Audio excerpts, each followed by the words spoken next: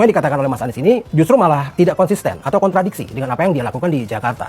Misalnya ketika beliau mengatakan soal keterbukaan dan keterlibatan publik dalam memutuskan itu. Tapi kita lihat apa yang dilakukannya di Jakarta. Baru beberapa minggu beliau di Jakarta, memimpin Jakarta, bahkan hording wali kota saja sudah dia tutup rapat. Bagaimana rakyat bisa memberikan pendapatnya, atau bagaimana rakyat bisa mengeluhkan masalahnya, dan bagaimana beliau bisa tahu apa yang terjadi pada rakyat kalau pintu saja bahkan jendela tidak berani dia buka. Lalu soal keberpihakan katanya, semua proyek, semua keputusan dalam pemerintahan ini harus berpihak kepada rakyat, bukan kepada pengusaha. Lalu bagaimana halnya dengan yang terjadi di warga Kampung Bayam misalnya, pembangunan JIS mengakibatkan lahan mereka tergusur, dijanjikan untuk ditempatkan di rusun. Yang terjadi mereka tidak bisa tinggal di sana karena biayanya terlalu mahal. Akhirnya mereka kembali lagi membuat tenda-tenda di jalanan. Lalu di mana keberpihakan proyeknya? Kalau misalnya katanya jangan sampai membuat proyek hanya untuk pencitraan, segera diresmikan, hanya bisa foto-foto agar kelihatan kerja di 5 tahun yang telah dilalui. Ya, ini yang dikatakannya.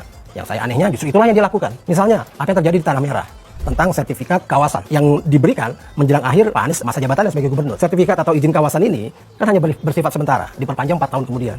Nah, ketika diperpanjang ini, Pak Anies sudah nggak ada di situ.